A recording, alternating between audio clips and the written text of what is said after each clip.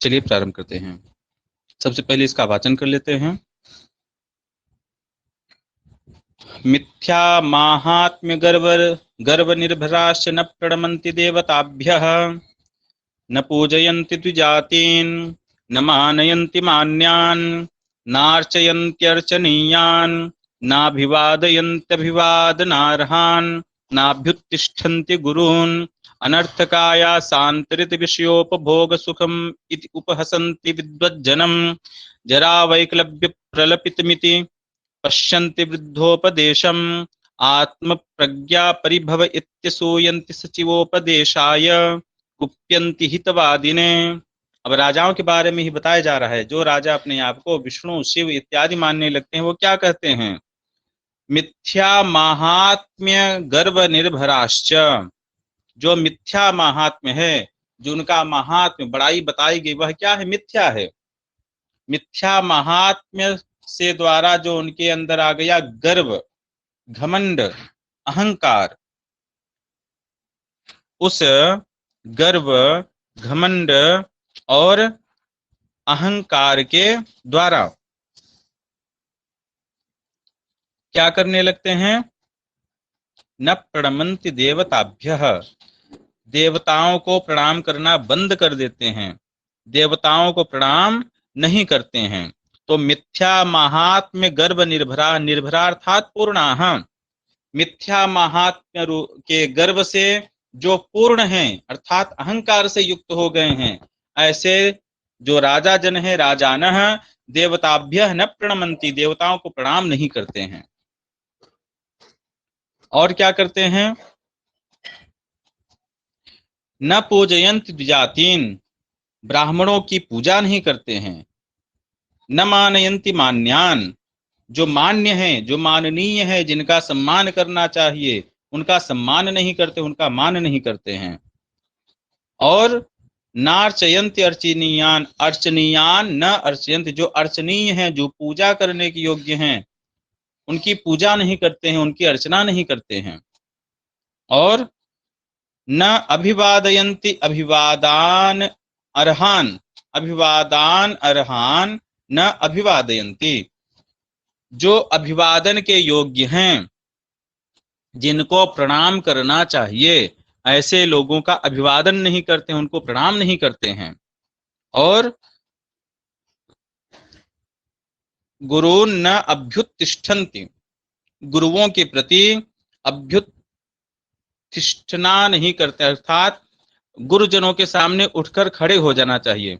यही अभ्युत्तिष्ठन क्रिया है। अभिउत्तिष्ठन, उत्तिष्ठ मतलब खड़े हो जाना। तो गुरुजन के आने पर खड़े हो जाते हैं। जब तक गुरुजन बैठने के लिए न कहे तब तक बैठा नहीं जाता है। यह अभ्युत्तिष्ठन क्रिया है। तो गुरु न अभ्युत्तिष्ठन्ति, गुरुजन आ रहे हैं लेकिन खड़े नहीं होते हैं ऐसे राजा जन कि अरे हमसे बड़ा कौन है। तो गुरु न अभ्युत्तिष्ठन्ति, गुरुजनों के प्रति उठकर खड़े नहीं होते हैं।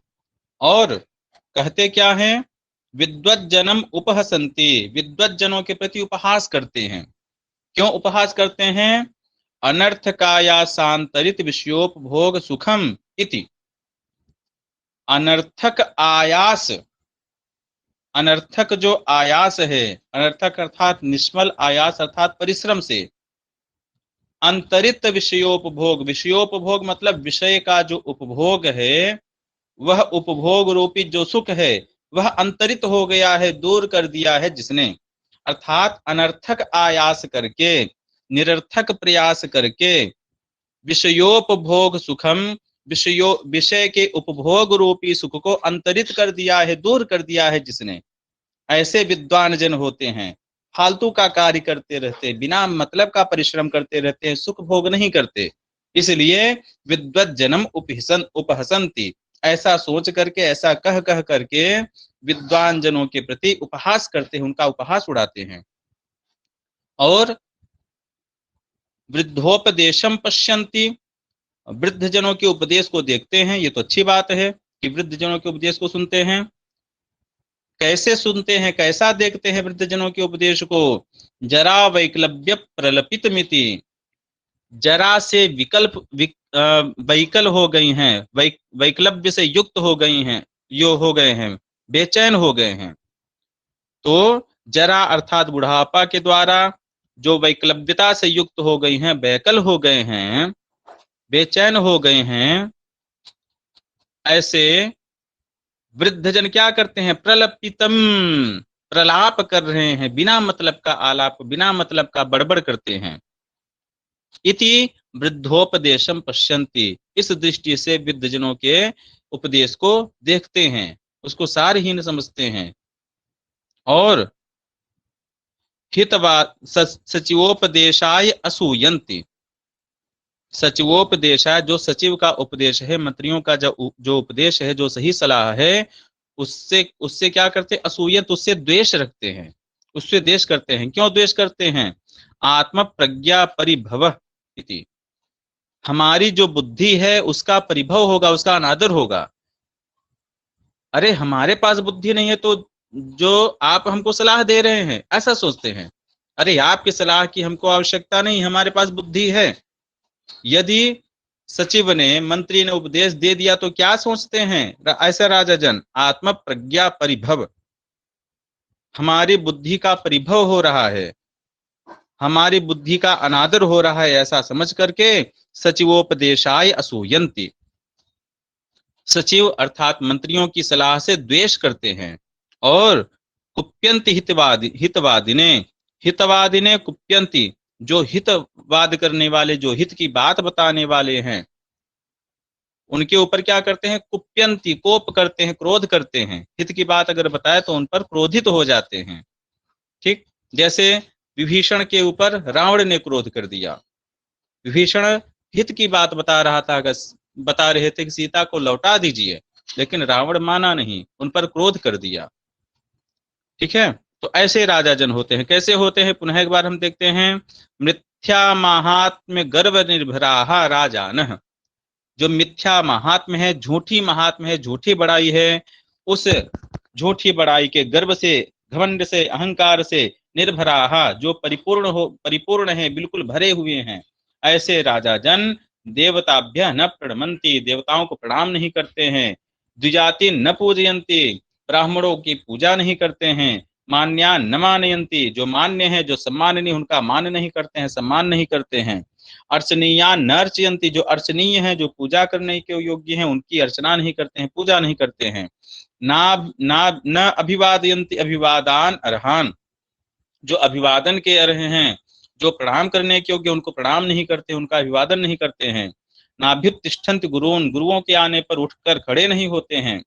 अनर्थकाया सांतरित विषयोपभोग सुखम इति उपहसन्ति विद्वज्जनम, व्यर्थ का परिश्रम करके विषय के भोग के सुख से वंचित रहते हैं यह विद्वान जन, यह कह के विद्वान जनों के ऊपर उपहास करते हैं, उन पर हंसते हैं।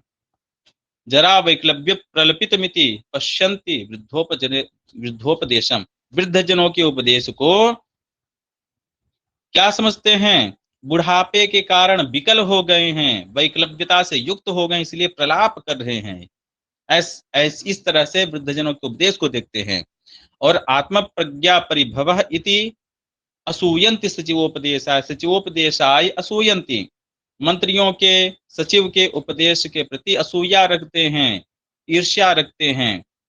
क्यों?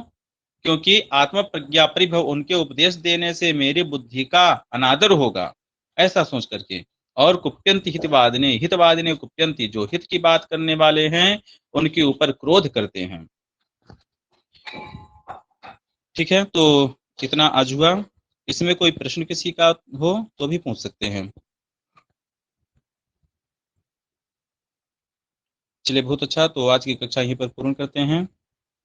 सर्वेभ्यो नमो नमः, धन्यवादाः।